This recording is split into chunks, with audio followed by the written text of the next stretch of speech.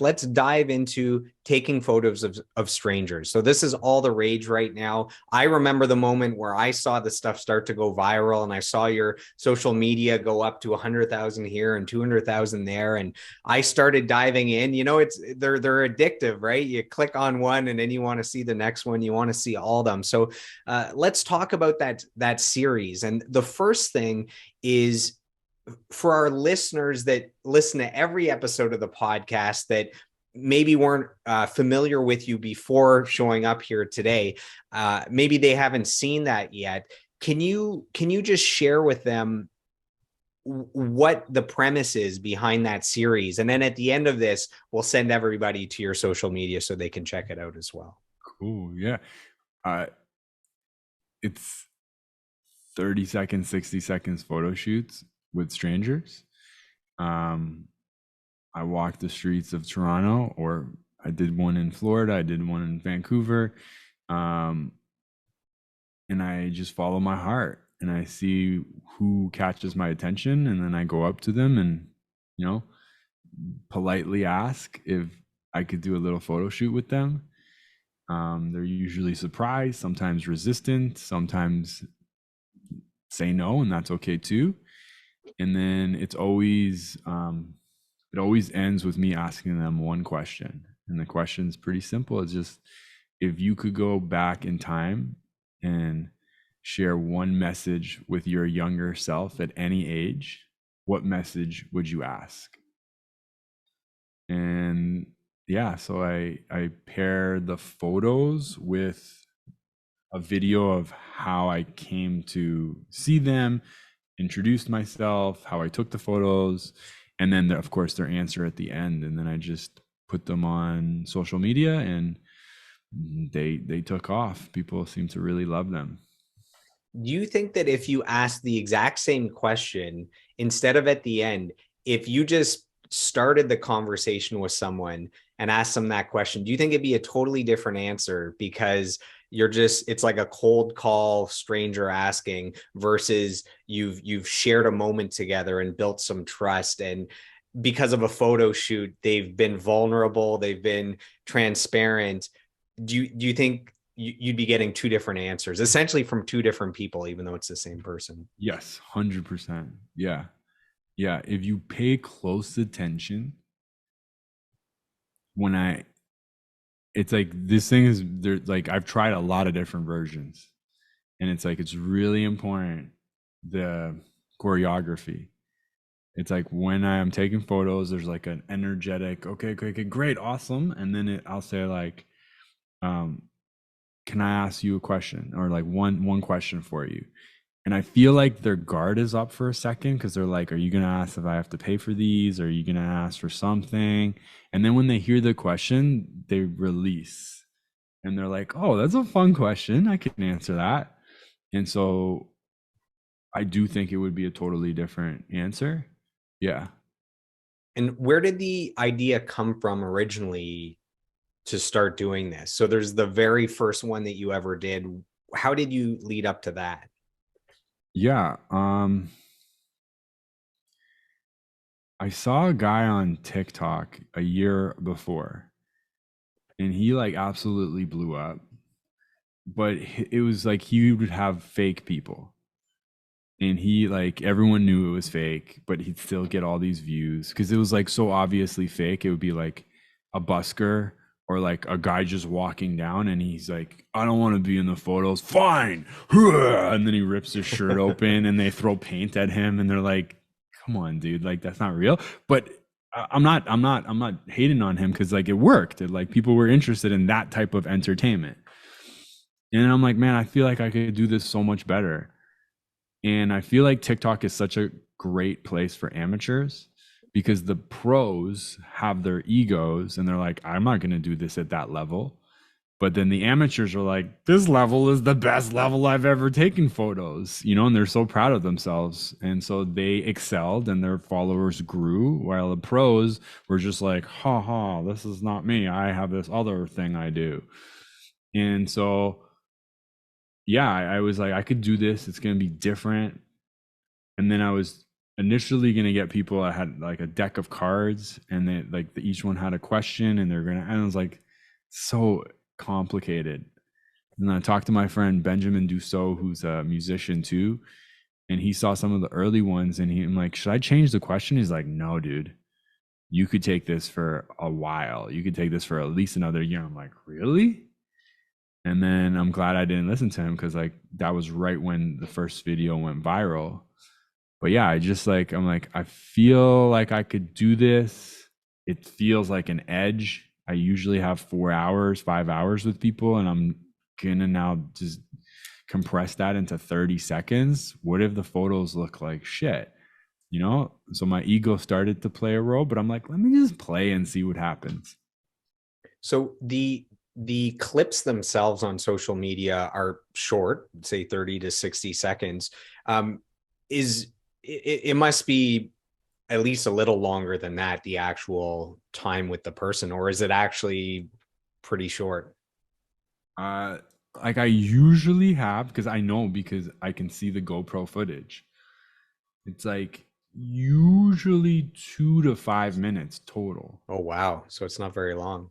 No, sometimes like Rena, who was a guest on your show, asked me this because she loves them, and she's like, she'll message me and be like, I'm crying from this one again, and she's like, but I have a question for you. Like, do you is that set up like the inch? Like you meet the person, and then you like, and then you're like, okay, now I'm gonna go actually talk to you, and then you record it. I'm like, no, what you see is exactly the interaction. You know, I cut out parts in the middle that like we're not doing anything, you know, but it's like some of the interactions are actually like 30 minutes long, like very a few times it's like we just kick it and we're like, this is cool, like let's talk and let's chat about stuff, you know, so you don't see that. But some of them are almost exactly the clip. It's like super quick, here we go, let's go, but there's no redoing, there's no setting up, it's just like that's what it is. I feel like the most challenging part of all of that is just the walking up to a stranger and Nailed it. and cultivating somehow their trust quickly, giving them a safe space. Yep. I feel like that's the hardest. How how do you break the ice? And it's, I've watched them so I can see the way you're interacting, but how do you get to that place of trust where they're okay to do a photo shoot within just a few seconds? You might want to check the connection settings in the you triggered my okay Google. She's really jealous because I have an Apple phone now too, and the Apple and Siri and okay Google. Um, so you are absolutely right. That is the hardest part. What people don't see is how many people I chicken out with.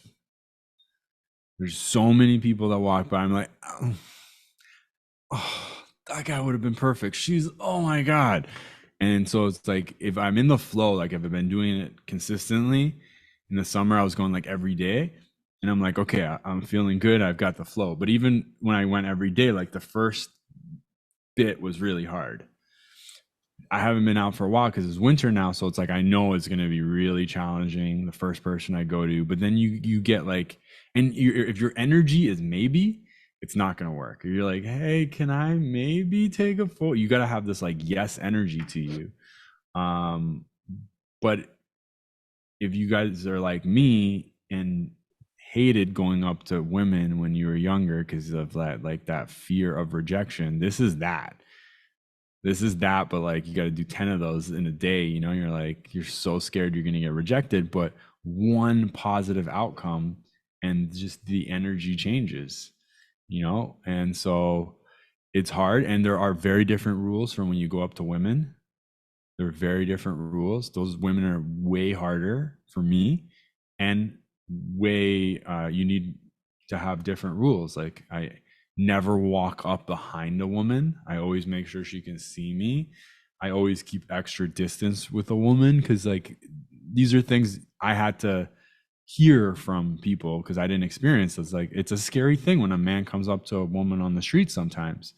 And so you got to respect their space, and you got to be gentle. There's a bunch of us now that do this online, and you know there's a guy in France who always gets shit because he's very aggressive. He only goes up to like beautiful women, and they're like, no, I'm not interested. He's like, come on, you should do it. No, but I'm not. No, but you should do it. And so he gets a lot of flack for that. Again, that's his style, but it is a very intimidating thing because you're coming face to face with rejection. Are you surprised by the amount of success that these videos are having online, or did you know that you were onto something special and it would most likely blow up online?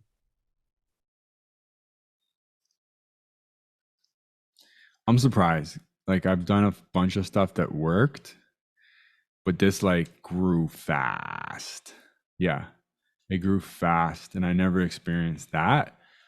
Um, so yeah, I'm surprised.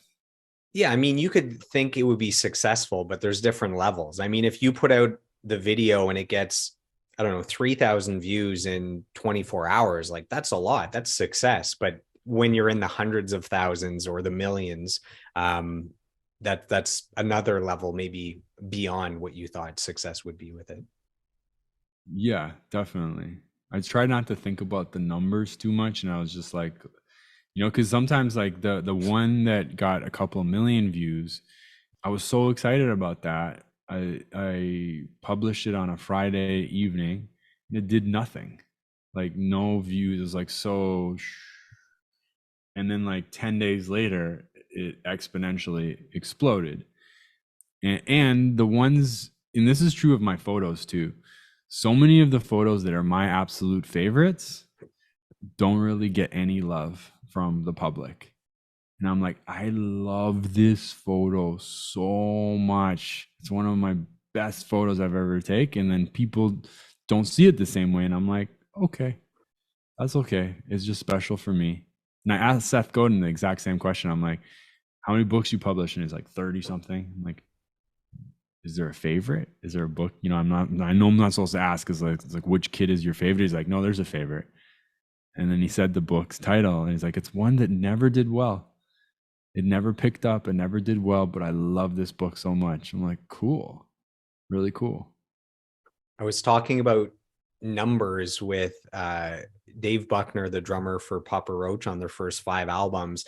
We were talking about numbers because their song Last Resort has over 1 billion plays online, over a Wow. billion. And I was just asking him about that number, like what that means. He's like, how can we grasp that? I live down the street from the arena where the Ottawa Senators play, and that's 22,000 people. So I picture standing in the arena. If it's sold out, there's 22,000 people. That's me, my vision of just a ridiculous amount of people. Yeah. And then I'm thinking, okay, well, I've been to festivals where there's like 100,000, 200,000. 100,000. So Yeah. then I picture 200,000. And then when Dave and I are talking about thinking of 1 billion people listening to that song, it's like at some point you just can't Crazy. fathom what numbers mean Yes. anymore. Yeah. Exactly. Yeah. Yeah. That can get tricky in social media land. Like I started getting like 50,000, 60,000, 100,000, a million views on stuff. And it like messes you up inside because then you do another thing and it gets 3,000, 5,000, 10,000, and you feel like a failure. You're like, that was like 2 weeks ago that I felt different. But then you kind of get that feeling stuck in your body of what it's like when something goes viral and like everything you're like kind of chasing that. And I had to really consciously recalibrate and do exactly what you said about, how much 1,000 people, what it looks like? 1,000 people that's a lot of people. So then my new standard became, if I can get a video to have 1,000 views, I'm celebrating. That is amazing. And that changed everything. It like took that, didn't it fully get rid of that like expectation. It's like winning a jackpot one time and you're always just like, is it gonna happen again? Is it gonna happen again? But yeah, 1,000 people is a lot of people. 1 billion people is a shit ton of people. Yeah, man. I've done networking events where there's 130 people and it's like packed. You're like, oh my God, there's so many people. And I've done open mics where there's 300 people. And you're like, this is a ridiculous amount of people that showed up here today. And that's 300 people. So, Yeah, exactly. when you get 1,000 views and you're like, oh, it's not that many. It's like if these are real people, surrounding you, that's a lot. You've reached a lot of people with your work.